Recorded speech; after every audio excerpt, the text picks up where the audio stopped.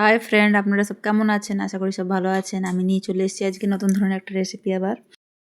তো এখানে আমি নিয়ে নিয়েছি সাইটিং মাছ, নিয়ে নিয়েছি আদা, রসুন, পেঁয়াজ, কাঁচা লঙ্কা, টমেটো। তো এখানে দুটো পেঁয়াজ আছে, একটা টমেটো আছে, আর নিয়েছি আদা হাফ কেজিরও একটু বেশি নিয়েছি, আর 7-8 কোয়া রসুন দিয়ে দেবো।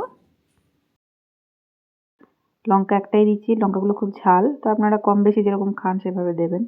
জিরে নিয়ে নিচ্ছি গোটা ধনে, আর দিয়ে দেবো গরম মশলা, দারচিনি, এলাচ, লবঙ্গ দিয়ে পিষে নেবো মশলাটা। 2-4টে গোলমরিচও দিয়ে দিচ্ছি। একটু জল দিয়ে মশলাটাকে পিষে নেবো। মশলাটা আমার এখানে হয়ে গেছে। তো এই মাছের মধ্যে এবার মশলাটাকে দিয়ে দেবো। দেবো লঙ্কার গুঁড়ো,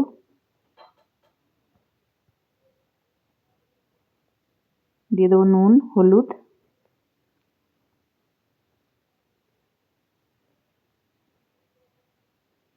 দিয়ে ভালো করে মাছটাকে মেখে নেবো।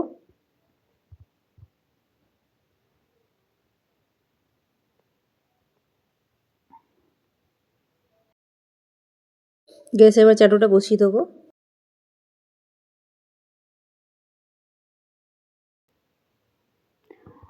তো এবার দিয়ে দিচ্ছি একটু কাঁচা তেল, সর্ষের তেল দেবো, দিয়ে আবার একটু ভালো করে মাখিয়ে নেবো। তো এবার চাটুতে আমি দিয়ে দিচ্ছি লাউর পাতাগুলো ভালো করে পরিষ্কার করে ধুয়ে নিয়েছিলাম আমি। তো দিয়ে দেবো একটু তেলের উপরে, সর্ষের তেলই দেবো। তো এবার মাছগুলো এক এক করে দিয়ে দেবো।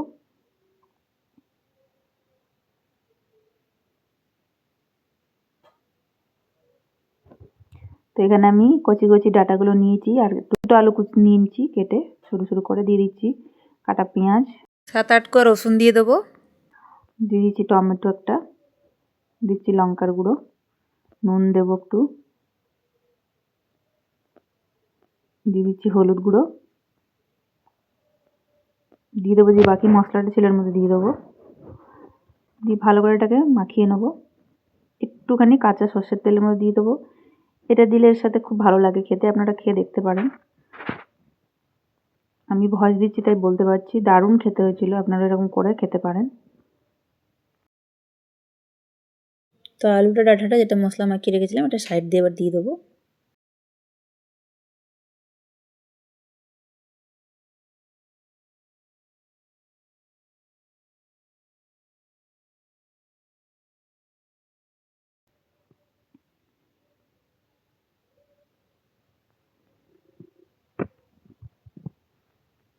দেখেই কত লোভনীয় লাগছে দেখুন আপনারা।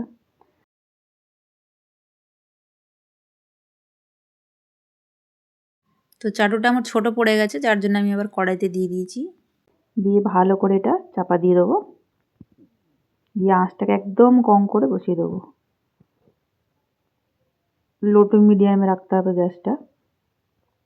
দেখুন, তো জলটাও শুকিয়ে গেছে, আলুটা সেদ্ধ হয়ে গেছে। তো রেসিপি দেখুন তৈরি হয়ে গেছে আমার রেসিপিটা। প্লেটে সার্ভ করে নিয়েছি, দেখুন কতটাই সুন্দর লাগছে, খেতেও দারুণ হয়েছিল। আপনারা টেস্ট করতে পারেন, খেয়ে দেখতে পারেন বানিয়ে।